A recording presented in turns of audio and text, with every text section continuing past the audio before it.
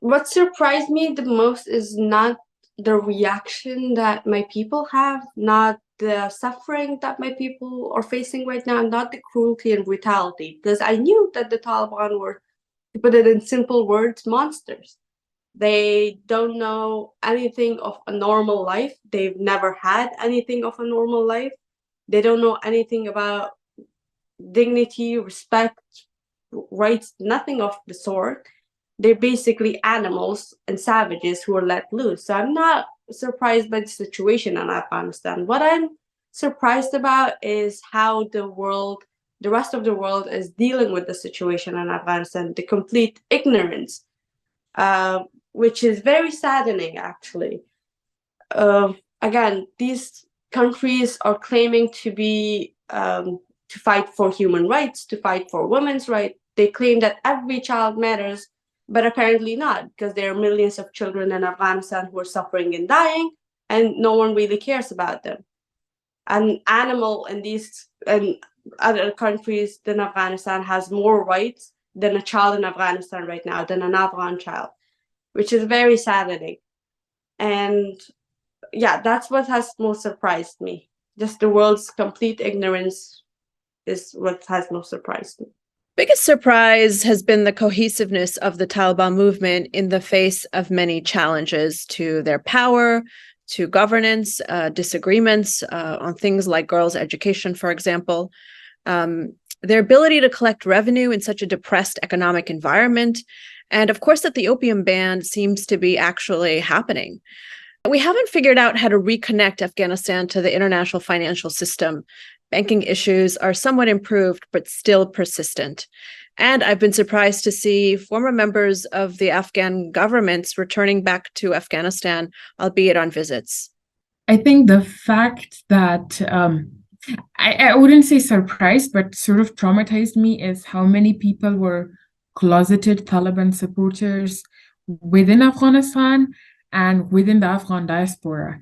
That sort of still scares me. I still tend to not meet a lot of new people within even the diaspora because I'm scared. What if they're closeted Taliban supporters? I think that scares me a lot. And that surprised me a lot, how much people were okay with gatekeeping, accessing opportunities like just normal access to school, normal access to learning, normal access to earning opportunities, just because somebody that they liked was in power. It still bothers me, and I don't know how to explain it.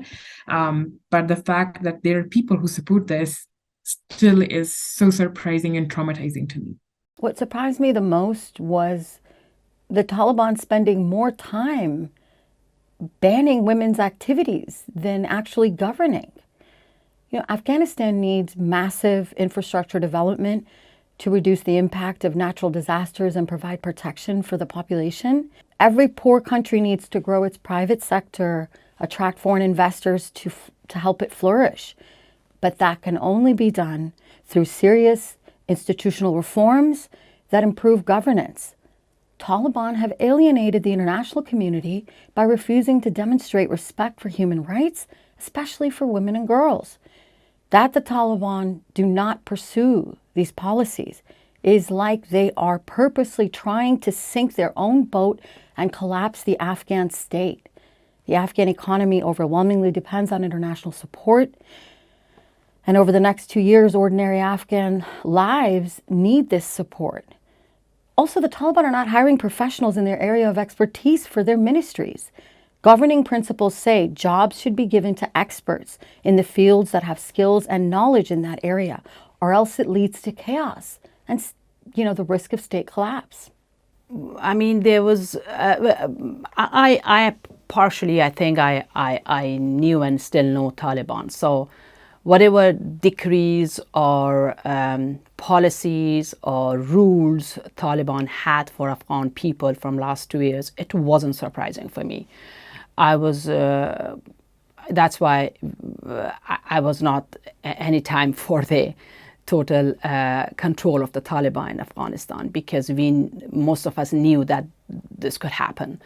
The surprising thing for me was they haven't changed drastically, and they haven't changed actually as a result of all kinds of interaction and giving them platforms in different parts of the world, and all the meetings, high-level meetings happen with them. What surprised me is that they haven't changed their policies, particularly in relation to women's rights, in relation to girls' education, in relation to their governance tactics that they still implement in different parts of the country. The separation of rights and values that Afghan people were demanding, and both from outside and inside, that to improve. I think the surprising thing for me is why there hasn't been any changes in their behavior. But all those series of activities happened internationally with them, and pushing them and asking them and demanding them for some very basic fundamental changes. But nothing happens. And it again takes us back to the idea that they are strongly relying on the ideologies. It's an ideological group, and the ideology plays an important role in whatever they do at the government, whatever their policies are.